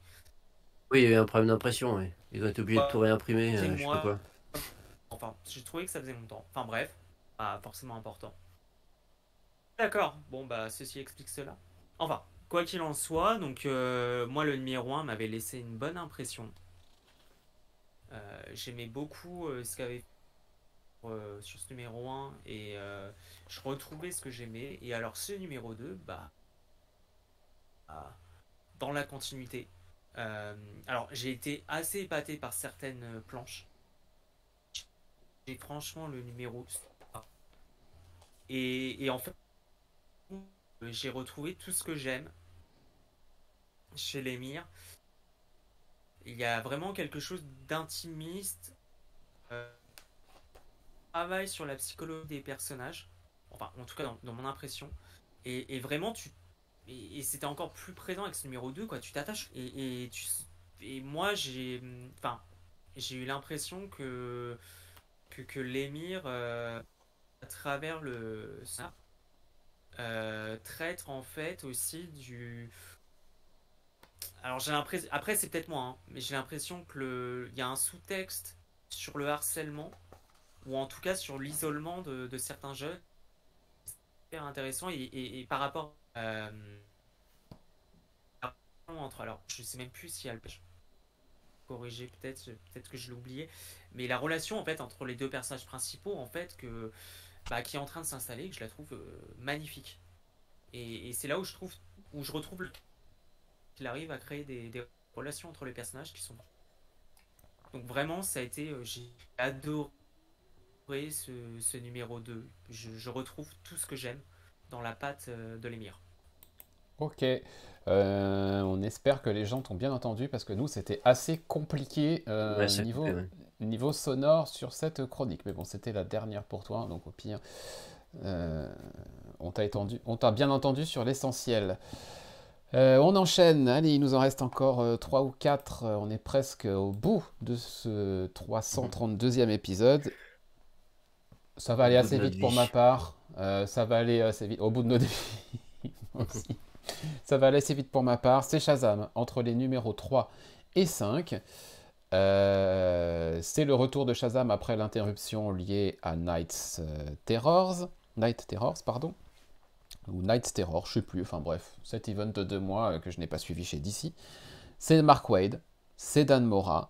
Donc c'est bien écrit et c'est bien dessiné. Voilà. Je pourrais m'arrêter là pour vous dire ce que j'en ai pensé. Non, Shazam est plutôt bien loti depuis quelques années, depuis les New 52, j'ai envie de dire. On a plutôt quand même de bons passages sur Shazam. C'est pas des séries très longues à chaque fois, mais y a un petit truc. Il y a vraiment un petit truc à chaque coup, donc c'est chouette, c'est agréable de le retrouver. Et pour le coup, on part à chaque fois dans des directions un peu nouvelles. Là, en tout cas, c'est le cas. Pour vous la faire courte, vous savez que chaque lettre du mot Shazam correspond au nom d'un dieu, duquel le personnage tire ses pouvoirs. Et en fait, on comprend dès le numéro 3 que les événements des 2 premiers épisodes, qui nous paraissaient un peu étranges dans le comportement de Shazam, sont expliqués par le fait que, eh bien, ces 6 dieux qui se partagent, dont Shazam partage les pouvoirs, et bien en fait se partagent eux Billy. C'est-à-dire qu'ils occupent sa tête, ils occupent son esprit, ils prennent le contrôle à tour de l'autre, à tour de rôle l'un et l'autre. Et du coup, ben, forcément, ça change forcément le comportement de Billy quand il est en Shazam, et on peut avoir des trucs un peu étranges parfois, voire complètement out of character, en tout cas c'est ce qu'on croyait, et ben pas du tout. C'est juste que ces dieux, en fait, ils s'amusent avec son esprit, et chacun à leur tour, pour s'amuser, parfois on a l'impression que c'est vraiment pour s'amuser, chacun à leur tour ils prennent le contrôle, et du coup en fonction des caractéristiques et de la personnalité de l'un et de l'autre, tout change. Tout change dans les agissements de Shazam, et du coup c'est hyper intéressant de prendre cet axe-là du personnage et d'aller l'explorer de cette façon-là. Parce que ça permet d'explorer des choses assez nouvelles, de faire encore évoluer le personnage, de faire aussi évoluer le casting qui gravite autour de lui, parce que notamment à la fin du 5e, il se passe un truc, je me dis, ah ouais, ok, intéressant, il y a vraiment une dynamique collective aussi, il n'y a pas que Shazam au cœur de cette série. Vraiment, vraiment bien. Dan Mora au dessin, c'est fou, c'est la folie furieuse. Toutes les planches sont incroyables, notamment celles qui se situent sur la Lune en ce moment, elles sont folles. La transformation en Shazam, elle est super maîtrisée. Bref, je vais pas vous la refaire sur Dan Mora, mais voilà, on a un bon illustrateur sur cette série. Et on a un super scénariste, Mark Waid s'amuse, on le sent. Voilà. Moi, je suis convaincu. Je suis convaincu par ce tandem Mora-Waid depuis le début qu'ils travaillent ensemble. Et Shazam ne déroge pas à la règle. Donc, c'est cool. Ça fera une bonne petite série une fois que ça sera fini. Je sais pas quand est-ce qu'ils ont prévu de s'arrêter, mais le plus tard possible sera le mieux, surtout si ça reste à ce niveau-là. Mais ça fera un bon petit volume encore de Shazam pour les amateurs du personnage, clairement. Je suis le seul à le lire, hein, je crois. Oui, moi, je ne lis pas de DC, enfin, à part Green Arrow, mais ça devrait plus tarder. Je ne lis pas de DC en VO. Ok. Eh bien Boris, c'est toi qui vas fermer le bal. Il te reste deux titres à chroniquer. Deux titres. New Burn d'un côté et Enfield Gang Massacre de l'autre. C'est Oui. parti. Donc le point commun, c'est Jacob Phillips, le dessinateur. Donc le premier, c'est New Burn. Donc j'ai rattrapé, enfin j'avais pas... Ça va du 9 au 12 là. Donc on avait quitté New Burn à la fin du premier arc en légère difficulté, dirons-nous. Sa crédibilité vis-à-vis des familles mafieuses et des autorités était un peu mise à mal. Et donc il fallait qu'il prouve de nouveau sa valeur, on va dire. Et donc ce nouvel arc a démarré sur les chapeaux de roue. Alors si on se souvient que la série avait un peu du mal à démarrer de mon point de vue, mais au bout de 3-4 épisodes, j'avais un peu compris et j'étais rentré dedans.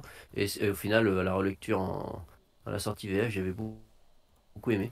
Et là, on continue vraiment sur ce niveau de qualité. C'est vraiment un arc très efficace qui joue beaucoup sur le double jeu à la fois de New Burn et des mafieux.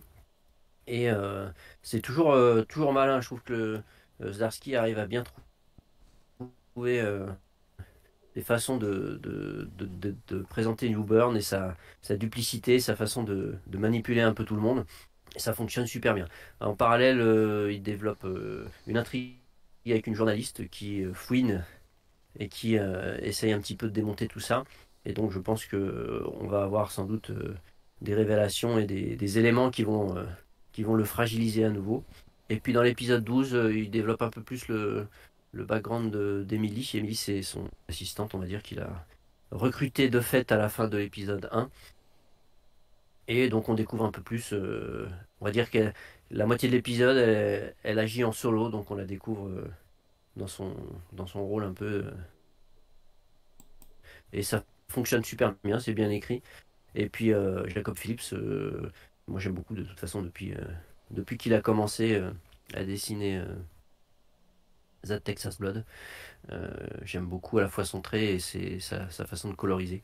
Donc une bonne série qui continue sur son niveau de fin de premier arc. Ok. Et puis, oui, continue. Tu veux... Oui, vas-y, Enfield Gang Massacre. Allez, je finis. Conclure. Donc là, c'est le numéro 3. Donc, premier point sympa, c'est que les trois couvertures 1, 2, 3 forment une jolie image poster sympathique. Donc ça, c'est cool. Et deuxième point, l'histoire continue. Je rappelle que c'est un gang à l'époque début du Far West où tout n'est pas encore installé, les lois, autorités sont pas encore bien solides et donc tout ça c'est un peu fragile, ça vacille et donc suite à un meurtre, un lynchage carrément on va dire, on accuse le gang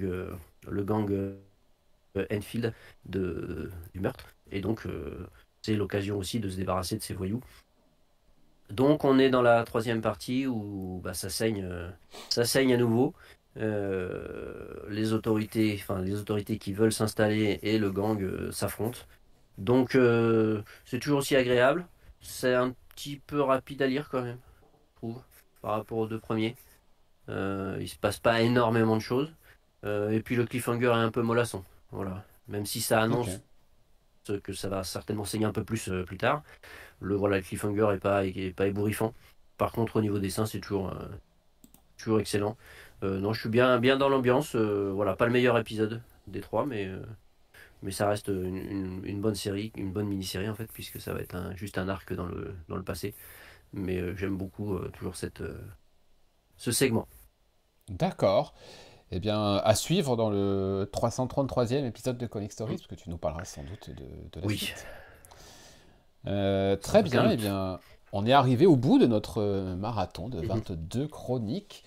J'espère que vous avez pu piocher dans cette longue liste de quoi alimenter vos wishlists, voire vos piles à lire. Désolé si c'est le cas. On a été un peu ronchon quand même sur certains trucs, hein, donc on n'a pas dit que du bien. Voilà, on n'a pas eu que des coups de cœur ce mois-ci, c'est clair, mais c'est bien aussi. On peut pas tout aimer, et heureusement. C'est bien aussi quand on parle de choses auxquelles on accroche un peu moins. Ça rend encore plus crédible du coup nos coups de cœur. On va conclure donc et se quitter pour ce 332e épisode. On se retrouve début décembre pour le 333e numéro de Comic Stories avec encore une salve de chroniques parmi nos lectures du mois de novembre et il y en aura. Il y en aura des lectures, ça c'est sûr, donc on aura encore pas mal de choses dont on pourra parler. Je vous donne donc rendez-vous avec toujours Clément, avec toujours Boris dans 2-3 semaines, 3 semaines à peu près, si on compte le premier week-end de décembre, ça tomberait dans 3 semaines, pour le prochain épisode et nos prochaines aventures. Merci messieurs, à la prochaine, et d'ici là, et bien évidemment, prenez soin de vous et bonne lecture à tous. Salut! À bientôt, salut! À bientôt!